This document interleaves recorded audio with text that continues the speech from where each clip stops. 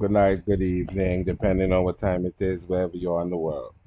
This is me reading the first 5 pages for real this time of Brother Reginald Mayberry's paper Syncretism, a means and method for accurately translating Kemet, Kemetiyu, and Kem. Reginald A. Mayberry, independent scholar, Reggie.mayberry@gmail.com. This article is a reflection of the presentation offered at the 2019 Association for Classical African Civilization, or ASCAC, conference, where the origins and meanings of the word Kemet has a footnote there, which we'll get to later, was debated. This examination seeks to identify syncretism as a proposed and superior method of interpreting ancient texts, specifically the Medu Neter. Therefore, syncretism affords a more accurate and a more accurate understanding of the ancient texts of the Cometiyu. More specifically, the aim and objective of this article is to examine the origins of the ancient Egyptian word Kemet to highlight and establish its relationship with both the black cattle and the sacred black people that ancients referred to. This paper will discuss Kemet, parentheses here Kem, KMT is Kemet, and KMT.T YW Kemetiyu glyphs with this transliteration. So you see Kem here.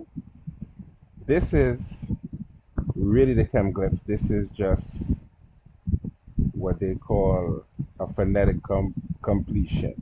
So just let you know to pronounce the M at the end. This is Kemet. You see the Kem with the T and the people here equals the Negroes literally. Then you have Kemetiyu, the Negroes. First, what is the meaning of Kemet? Is that it's the term related to black and people. Oh, is the term related to black and people at all? And why is Kemet referred to as simply the black land by Western/European scholars? Is the meaning of Kemet important to Pan-Africanist thinking and scholarship? To properly approach these research questions, I will incorporate the following qualitative research methodologies: observation of ancient culture and historical primary materials, and narrative discourse analysis of primary and secondary data source, where archival collection and study. It must be noted that European scholars are in the business of observation and creating narratives and discourse to give a Eurocentric and colonial meaning to Africa, its ancient civilizations and people, for the purpose of providing intellectual tools for the maintenance of their worldview and hegemony. African people should engage in the business of speaking in the first person about their culture and peoples with intellectual integrity and honesty. Adaptation of this practice and level of agency by African people globally would establish this important step in the effort to unite a continent divided by the European invasion and infestation of the European worldview currently plagued by the African mind and heart. Currently plaguing the African mind and heart, therefore, African scholars have the obligation to understand completely African philosophy and create an economic, political, and cultural reality for sustainable Africa. To revisit the genealogy of intellectual thought that advanced and established the concept of Kemet as black, I must I must mention Senegalese intellect and scholar Dr. Sheikh Anta Diop and Dr. Theophile Obanga.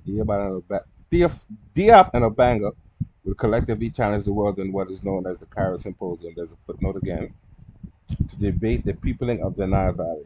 The outcome has a major. The outcome was a major victory for African people, African unity, and Pan Africanism in the scholarly debate to establish Kemet as a black African nation and the central slash focal point of a classical African civilization. This was the triumph of the work of Alain Diop and his presence Afrique in the Cairo Symposium. There were two major outcomes. The peopling of the Nile Valley was established to be African, meaning that humanity is in fact indigenous to the continent of Africa and migrated from the interior slash within of the African continent, not outside. Second, Dia and Obanga argue convincingly using Egyptian grammar that the ancient Egyptian Cometiyu called themselves black. Another footnote. Since the Cairo Symposium, African scholars have been vigorously studying ancient Kemet to fill in the gaps in the intellectual discourse and debate. This has created an explosion in the university and scholarly world. In the Americas, specifically the United States, Dr. John Henry Clark stands out as a facilitator for the international linkage In 1968, Dr. Clark and several colleagues left the African Studies Association and formed the African Heritage Studies Association, founded dozens of organizations, cultural, social, political, educational, began popping up across the United States, interlinking with each other. Dr. Clark pushed his network of scholars to be Pan-Africanist and act as an international community in 1975. The, the National Council for Black Studies was formed, giving African scholars more resources and advancing the process of breaking with the European hegemony in education.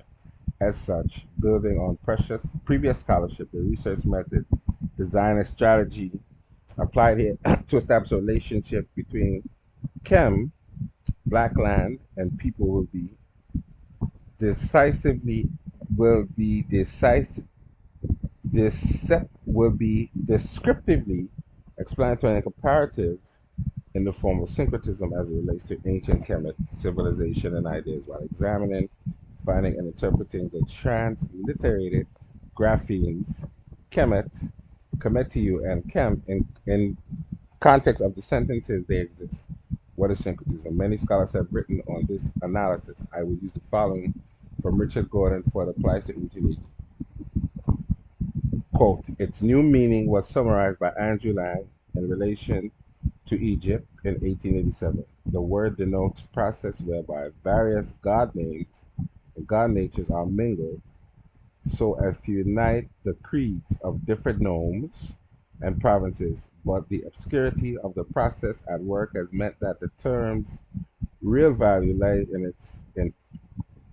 in precision. Two basic types are to be distinguished in the ancient world, internal and contact, end quote. In, internal synchronism is typical of ancient Egypt and Vedic religion as much the result of popular piety as of temple theology. Each god appears in a variety of forms and functions, forms, names, and epithets, diversity, and intermingle with boundless energies. Gods, often in triads, coexist or cohabitate within one another, remaining separate at the level of the cult. And there's another footnote. Modern scholars of ancient Egypt have employed a degree of dishonesty as they have hidden important elements of ancient Egyptian religious thought as they promote their version of Egyptian philosophy. This examination will limit the complex system of ancient Egypt civilization. Henceforth, Kemet civilization were not confusing to focus on the syncretism of black cattle Kemet and its probable relations to the meaning of the civilization. Kemet civilization, like other African civilizations, had deities, divine ruler concepts, sacred animals, principles, religious art, and architecture, vocabulary, and literature in their images. Kemetic civilization is unique in that it was among the first two civilizations that began writing and recording the earliest of the civilization's finds. Gunther Dreyer, and another footnote, so with the archaeology of paintings, drawings, architecture, we have writing to better understand what would usually be symbolic. The syncretism of the ancient Egyptian ruler, people as people as black with black coat animals will continue through the decline of ancient Egypt into the invasion periods, the Meroe period up until the last pharaoh. The book The Roots of Nubian Christianity uncovered the triumph of the last pharaoh provides evidence of the end of pharaonic Kemet. Another footnote. As understanding of syncretism provides in-depth knowledge of ancient Kemet civilization and its philosophies, the more one knows, the more one can glean.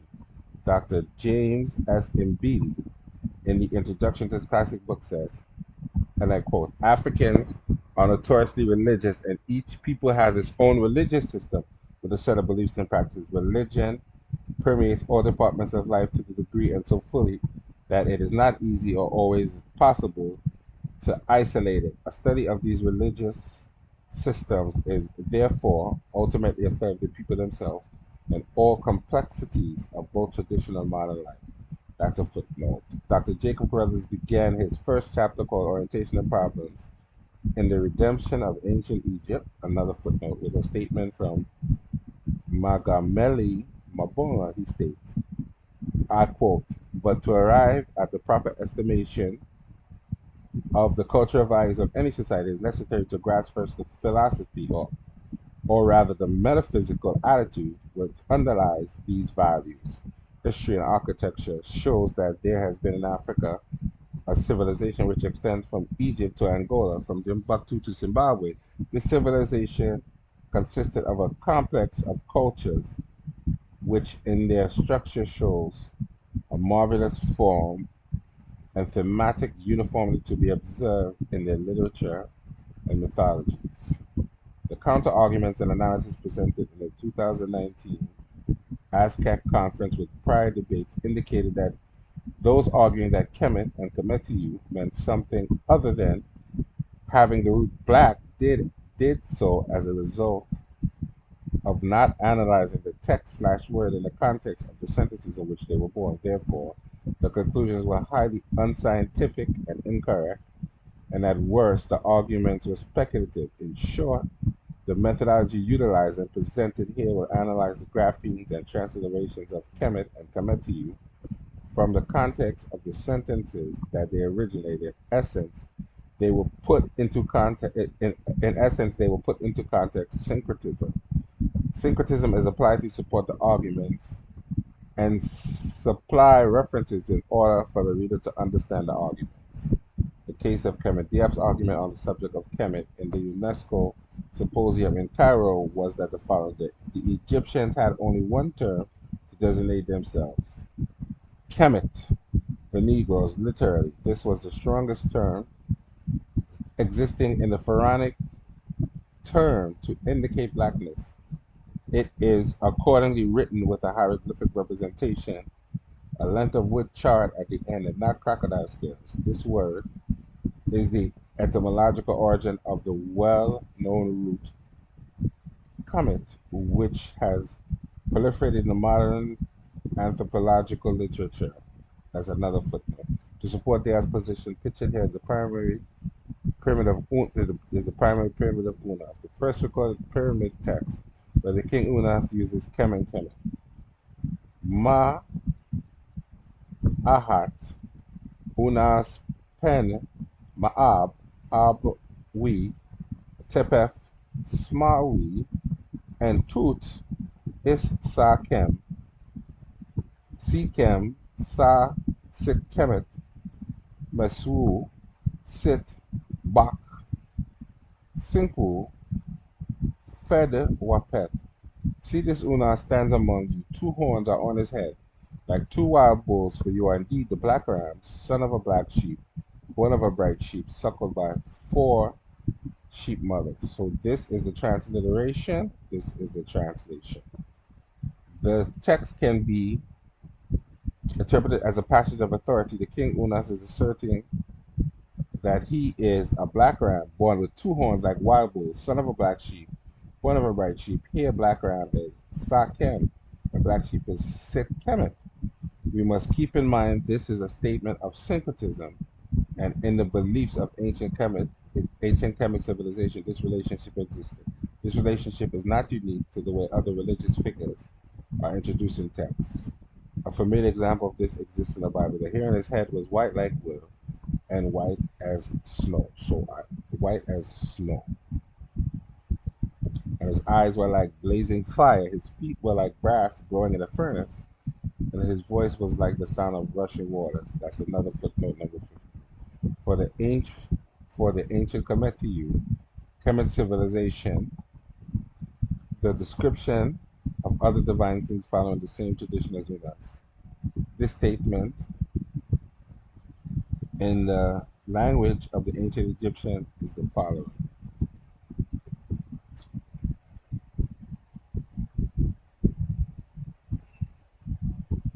Example 11 from Sukkot, part 246, S252B and C. And Tut is Sikem, Sa Sit Kemet, Mesu Sit, Bek, Bekta Senek, Waf Fedu, Wepet, for you are the black ram, son of a black ewe, that a bright ewe bore and four sheep. Suckle. The source of this last iteration is the Hieratic Demotic and Greek studies and text edition of Making Many Books, There Is No End.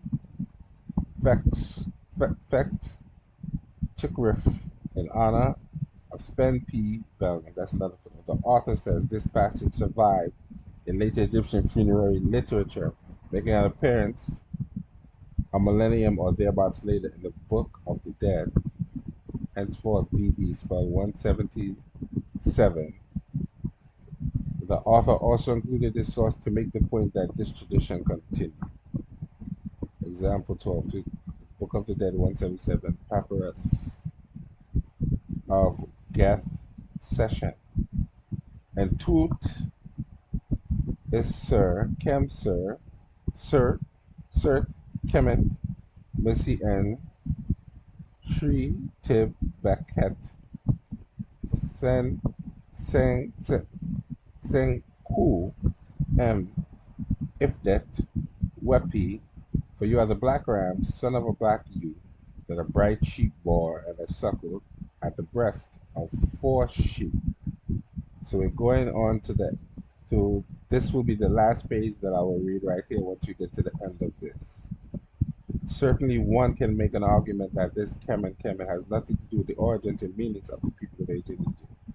However, they must disqualify this long tradition of the king or ruler of this civilization stating that he was something other than a black ram or bull in the early dynasties. In other words, it would be impossible to say that Kemet Kemet have nothing to do with the peoples of ancient Egypt in color or in their animal counterpart. New and young linguists, thinkers such as Netanel, makes the argument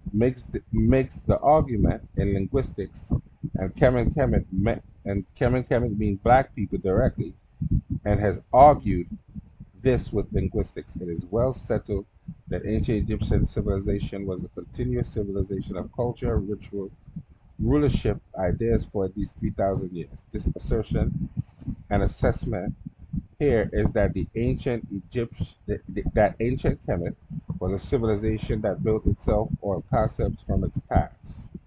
The civilization itself can be compared to a great mansion built on a strong foundation that was modernized when necessary to accommodate its inhabitants. This said, the arguments presented here are built around aspects of this civilization's foundation and soul connection. And tools. I'm going to stop right here. So you guys have a good night, a good day, and be blessed. This is only part 1 of 5. Ladies and gentlemen, this is part 2 to syncretism, a means and a method to define Kemet, and Kemetiu. So right now, I'm going to start from page 6. Let's go page 5. Let's go back a little bit. Let's go back a little bit to page 5. Right. Until syncretism and the context examination is applied, this analysis asserts that Kem is a black king in his black animal form, and that Kemet is a sacred people in the black animal form. At the minimum, the king and his people are represented as black bulls and cattle. What has to be ruled out is that they are not black. Further, in this form, they are not simply black, but a sacred black. It is also safe to infer that in this form, they may be set apart from their neighbors, not in terms of race, which is a recent social construct in the historical context, but in lineage. At any rate, Kemet's people are equivalent to Kemet's cattle in various hieroglyphic variations in which only the determinatives differ. As you see here, you see Kemet. This is the word for people, Remech. Then you have Kemet here, and this is the determinative for cattle. An acceptable question would be, in what text did the people of Kemet civilization say directly that they were cattle to make the proposed relationship of cattle and people? The first case in the Westcar Papyrus, story of Dedi, the magician. In this story, the text says the following. I'm not going to butcher it with all of this. This is the transliteration. I'm not going to butcher it. So let me just go to the English. Said Jedi, but not to a human being, O king, my lord. Surely it is not permitted to do such a thing to the noble cattle. The second case is the various statements in the pyramid text and other religious books of Kemet, the civilization, Kemet civilization, that shows syncretism relationships between the people and their cult beliefs, such as the statement that the king is a black ram, son of a black sheep.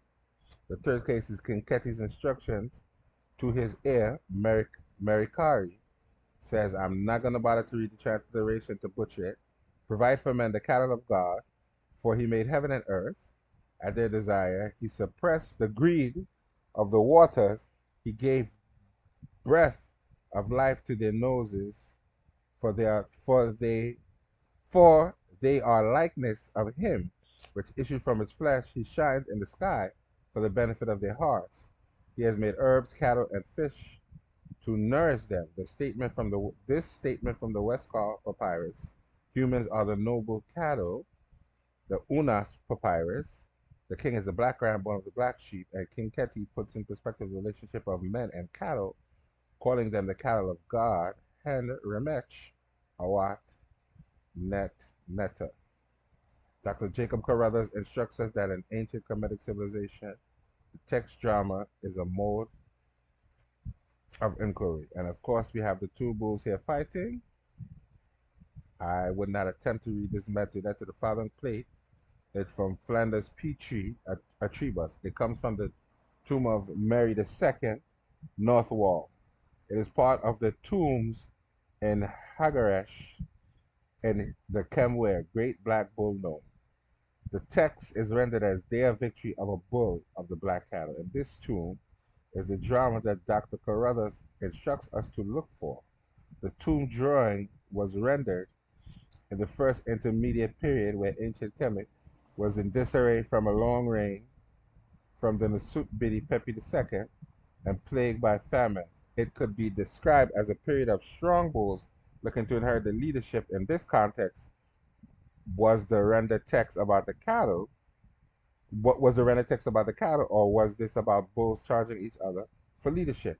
We don't have to guess. The following description of the scene helps us. The meaning of the bullfight scene with the tomb decoration program can be found in contemporary religious funerary texts. In a funerary context, Kabul not only identifies the bulls entangled in the fight, as has already been seen, but also in the epitaph of deities, that the deceased himself, after having been identified with Asar, the context for the use of the epitaph refers to the power of defeating the enemies and getting to eat the right food, the 5 rations of the temple of Heliopolis to procreate, and thus becoming the foremost of these in the netherworld.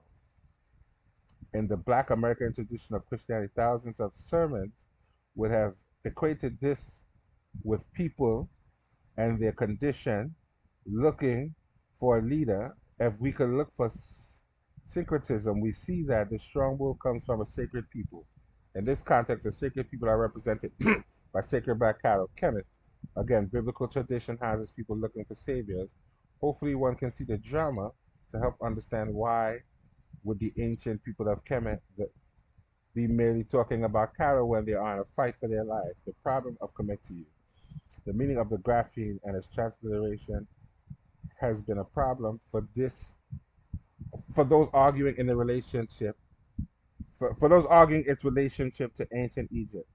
My assessment is that if the concept was viewed with syncretism and in context of where it is used, there would be no argument. Kemetiu will resolve itself to sacred black cattle at the minimum and to sacred black people of ancient Egypt. Here is a key discussion and argument of Dr. Diop, Mr. Abdullah, and Dr. Sunaran at the UNESCO Symposium. A grammatical, and I quote, a grammatical and semantic debate took place between Professor Diop on the radical which he reads Kemet derives from Kem black and considers to be a collective noun meaning blacks, i.e. Negroes, and Professor Abdel Gadar M. Abdullah, who adopts the accepted reading of it as Kemetiu and translation In translation with Egyptians, a plural of Kemeti, Egyptian. The Nisba form from Kemet, Blackland, i.e. Egypt, the latter reading and translation were affirmed by Professor Sunran. The Nisbi adjective the issue is resolved if Kemetiu is related to black cattle, and this is the sacred animal form of the people. When other texts are analyzed, the syncretism is automatically accepted. This is illustrated in the following coffin text dealing with the Nisbi of sacred cattle belonging to Hawiteru. Here is the world of Middle Kingdom, Egypt, chapter, scribes, translating CT 710. Which I'm not gonna attempt once again to read the transliteration of butchery or Hathor under her sycamores, the sacred cattle I will eat of Seshnu, living fowl and fish, being in the suite of Hathor, and of secret things which are on the ground, I traverse and strive. Through the circuit I traverse the firmament, I climb the sunlight in the suite of Hathor. And this would be from, I guess, rubric. Here are Tenetiu. Here Tenetiu are both people and in their animal form as sacred cattle. I guess that means Kemetiu. That's probably a typo. If we look at the context of Kemetiu, we will instantly see that they are sacred black cattle of Happy slash Apus and represent as human animal forms. Returning to Kemetiu and looking at it in its most authoritative context, the pyramid text, the line was written from well-noted Egyptologist Kurt Seif. Aha, Ket, Henati, Kemet, Wahep, Is. You will stand before the inhabitants of Egypt like Apis. Let's go down, let's go down, let's go down. In context and keeping syncretism in mind, the Kemetiu is in front of the black bull, Hap or Apis. What Kemetiu relates to can be contrast to Tenetiu. Tenetiu means those of the sacred cattle, in contrast to Hathor. So Kemetiu can be seen as those of the sacred black cattle relationship to Hep or Apis. Thus, the translator puts inhabitants of Egypt in its Nuit glyph. The verse clearly says the city of Kemetiu. Other translators have put in a three bus. However, the name for Hewit Hepaturi Ib is not rendered, nor are there any attestations of the own kingdom for this temple complex.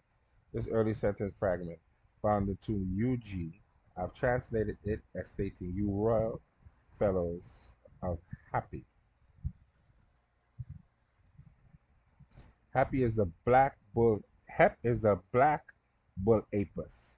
We know that Hep bull is sacred and black from later writings and art. The significance of Hep slash Apis is paramount to the syncretism of the king and its cattle ritual counterpart. I will conclude the following statement by Edward P. Butler from his website to show the syncretism concerning the king. The creator god Ptah and the earth god Osiris. In one of the ascension spells of the pyramid text utterance 539, the king says, "My phallus is Apis. I will ascend and rise up to the sky." Funerary stelae show the Apis bull carrying the mummy of the deceased on his back in spell 31 of the coffin text. The deceased is granted the boon of seeing the birth of the Apis bull in the briars of the dappled cattle. Faulkner, 1973, page 20. Identification with Apis in the Netherworld seems to express the idea of flourishing. Thus, in spell 162, the east wind opens a path for the deceased into a field where she or he flourishes, like the condition of Apis at Seth, page 140. Seth being associated with vigor in spell 203. Spell 189 in the Book of the Dead, which is which is concerned with providing appropriate nourishment in the spirit world. Seth and Apis apparently reap and thresh grain for the deceased consumption. In spell 204, similarly concerned with spiritual nourishment. The deceased affirms, I am Apis who is in the sky, long of horns, fair-sighted, far-striding, page 166. Alluding to the bull's auricular prescience, the milk which is imbibed by Apis from his mother is a purifying substance in CT 21, Budge 169. The Apis bull is mentioned along with Minervis, another sacred bull, in the 25th instruction of the Demotic Papyrus in Singer, a text of ethical instruction in a chapter against retaliation. The author says that Apis and Minervis abide at the window of Pharaoh forever. They would they would do good to him who would listen to these words, i.e., they will reward the person who knows better than to seek retaliation. Lichcomb, Volume 3, page 213. The following drawing of Jean-Francois Napoleon shows in art some aspects of syncretism. In addition, Netcher's principles of the deified in humans had animal parts. The car soul, the grapheme for car is, you see it here, two hands raised, and another is the two hands raised with the bull. The human arms are the horns of the bull. The bar, graphene, hecker, is effective action once called a magic. The glyph you see here, the human hands as bull horns and people are related. Again, returning to Kemetiu. Here is another example offering to resolve the meaning of Kemetiu, which is the stele of ruddy canoe and the translation of Mary Litchcomb. And in this dissertation entitled Topic Focus, Articulation and Biographical Inscriptions and the Letters of the Middle Kingdom, Dynasties 11 and 12, by Dr. Renata Languafora, she renders this as, I don't want to read the consideration to put it. Then she placed me, and then there are foremost inside the Great Royal Palace. I spent a long period of time, years, then obviously something that looks like something that they can't read. There never came a bad thing therein. I was a knower of things. Langafora. Here, she does not translate Kemetiu. Return to Mariam Litchcomb's ancient Egyptian autobiographies, chiefly of the Middle Kingdom, a study in an anthology. She translates, then places me at Dendera in her mother's 12 great 12 great cattle farm, rich in records of furthermost enterprise, the greatest estate of Upper Egypt.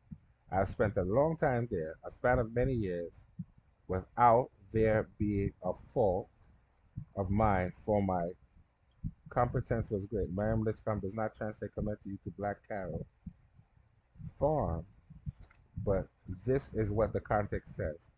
So since I'm on page 10, I'm going to stop here.